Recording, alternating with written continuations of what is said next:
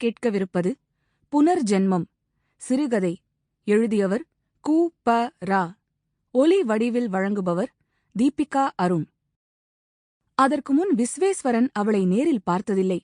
சகோதரி சாரதா என்றைக்கோ ஒருநாள் ஒரு புகைப்படத்தை அவனுக்கு காட்டினாள். அதிலிருந்து அவள் சாதாரணமாக காணக்கூடாத சரீர அமைப்பும் அழகும் வாய்ந்தவள் என்று அறிந்தான். ஆனால் அந்த அழகின் பெருமிதம் அவன் மனத்திற்கு அதிகமாகப்பட்டது.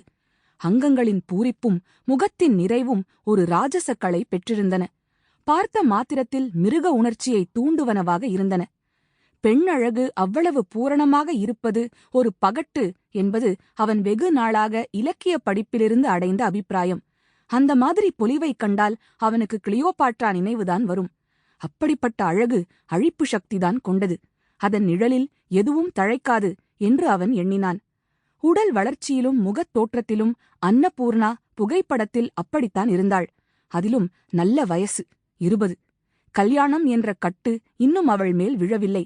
அந்த படத்தை பார்த்ததும் விஸ்வேஸ்வரன் மனத்தில் ஏற்பட்ட சஞ்சலமே அவனுடைய பொறுப்பிற்கும் காரணமாயிற்று. சகுந்தலையைப் போன்ற தன்மைதான் ரசிகன் உள்ளத்தில் இடம்பெறும். ஊர்வசி ஒரு காலும் மனித இருதயத்திற்கு ஆறுதல் அளிக்க மாட்டாள். இந்த மாதிரி அவன் எண்ணினான்.